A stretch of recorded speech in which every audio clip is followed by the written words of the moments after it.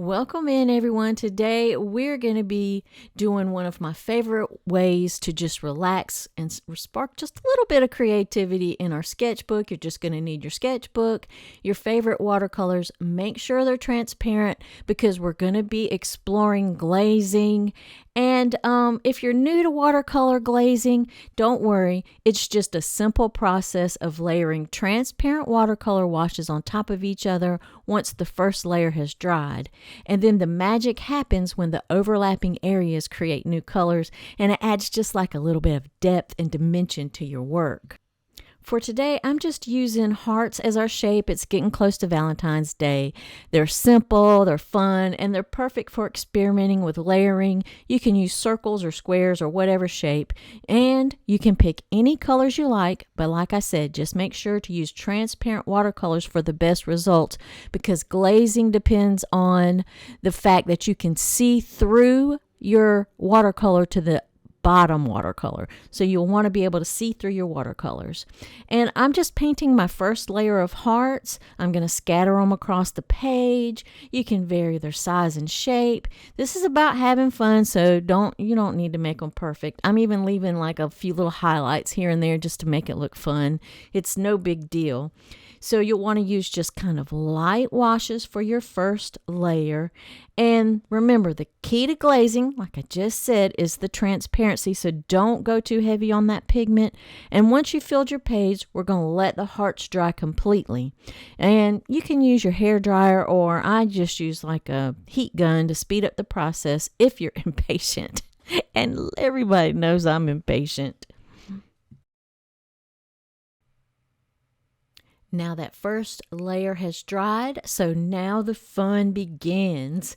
We are going to start layering. We're going to choose different colors and paint new hearts that overlap the ones you've already created. Just make sure that first layer of hearts was dry, and now you are just going to pick random colors and paint hearts, letting them overlap the first layer of hearts. Just do like little spots. Just pick strategic spots to overlapping them, and you can see how that overlapping is just adds a little bit more dimension to it. I want you to notice when the colors overlap each other, how they mix to form a third color. And that's where glazing it just really shines. It's really magical. You'll start to see that third color merge in the overlapping areas, and that just creates a beautiful sort of harmonious effect on all of the whole painting. It just gives it a unification. So just continue doing that and play around with your placement, play around with color combination, and each layer adds something new and unexpected. You could even just continue layer on top of layer on top of layer of hearts, but we're not going to do that. I got something different to show you at the end of how I kind of stitch these all together.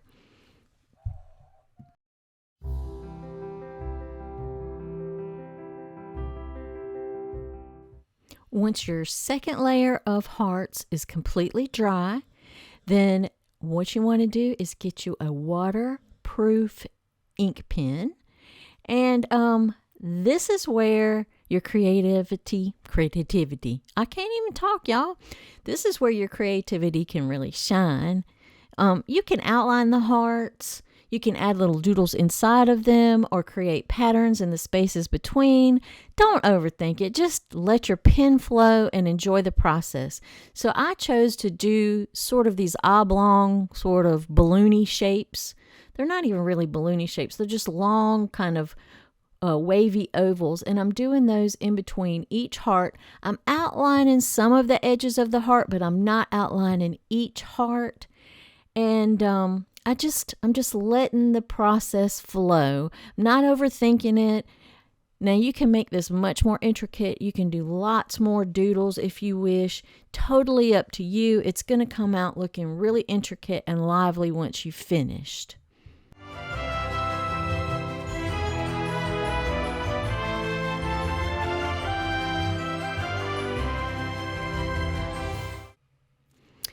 Notice how I'm sort of varying the lines thickness, and in some areas just sort of coloring in the spaces dark. And I apologize, I only used one camera for this video. I really should have used my side camera so that you can actually see as I'm drawing here with my pen. But once I move my hand, you get the idea of how it's supposed to look. But as you see, I'm coloring in some spots. I'm making some of the lines thinner, some thicker. It's just whatever feels right to me, that's what I'm doing. This is my sketchbook. Your sketchbook is a place to experiment. And I think I'm going to do a whole series on these just sort of relaxing exercises, maybe. I don't know if they're even exercises, just these little relaxing type of doodles in my sketchbook where you'll also get to explore something. Like in this one, we explored glazing and how putting colors over each other, transparent watercolors over each other once the first layer has dried, how you can make a third color, you can make it darker. And so this is just an easy, relaxing way to explore glazing with no pressure. You don't have to have it look exactly like a flower or whatever you're trying to do, but you'll be learning a lot about how the colors interact with each other. And so I think it's really good exercise for glazing with no pressure. And then at the end, I'm just adding that pen and ink just for a little extra flair, just to sort of give a background to my hearts. And I'm trying to just vary the thicknesses of the lines, making some spots, just coloring some of the spots in completely black, just doing things like that. So that is just what creativity is. This helps spark creativity, these no pressure little exercises in your sketchbook. And after all, that is what your sketchbook is all about: experimenting, relaxing, and glazing is just one of those wonderful ways that you can explore how watercolor works without having the pressure on it. And it encourages you to kind of let go of perfection, because we all want to be perfect. When we have that nice sheet of expensive watercolor that we paid a lot of money, watercolor paper that we paid a lot of money for, and we got our little expensive watercolors with our expensive brushes, and then we're like, oh my God, I've got to make a masterpiece.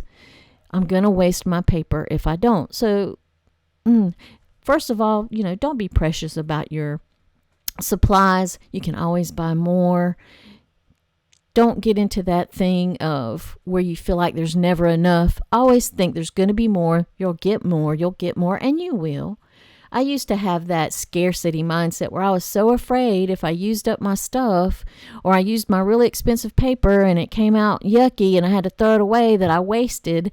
But no, you are not wasting time when you are exploring your creativity.